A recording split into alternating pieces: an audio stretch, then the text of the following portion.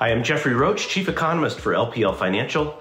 In this Econ Market Minute, I will give you 3 highlights of the past week and 3 potential market movers for the week ahead.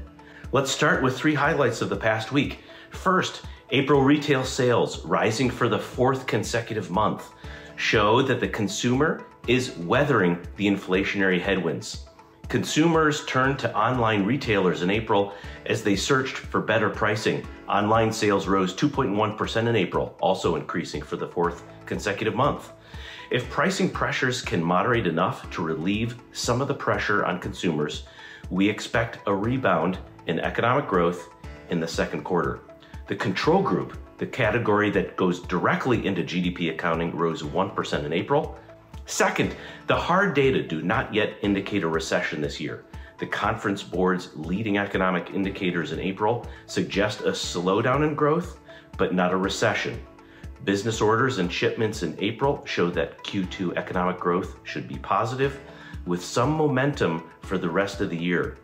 Investors will eventually come to the realization that the Fed could still orchestrate a softish landing. Third, existing home sales are still above pre-pandemic averages. Median prices in April rose for both single-family homes and condominiums, as inventory still remains at historic lows. As borrowing costs rise, we do expect prices to moderate from current levels. All cash buyers in April dipped slightly to 26% of all transactions. As the housing market slows, we expect investor appetite for rental properties to moderate. High home prices, high borrowing costs, especially impact first-time buyers, who made up 28% of all purchases in April. Now 3 potential market movers as we preview the week ahead. First, on Wednesday, the Federal Reserve will release minutes from the May 4th policy meeting.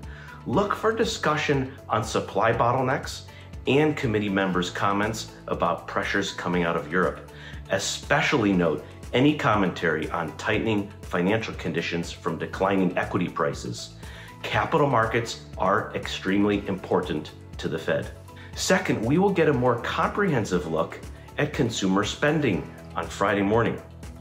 Solid consumer spending will likely point toward a rebound in economic growth this quarter. Third, and possibly the biggest release for the week, we get an update to the most important inflation gauge, the core Pce Deflator. This inflation metric is the Fed's preferred look at the inflation numbers, since the deflator counts for substitution changes when prices change. We expect a confirmation of a slowing rate of change. So see you next time for 3 reviews and 3 previews.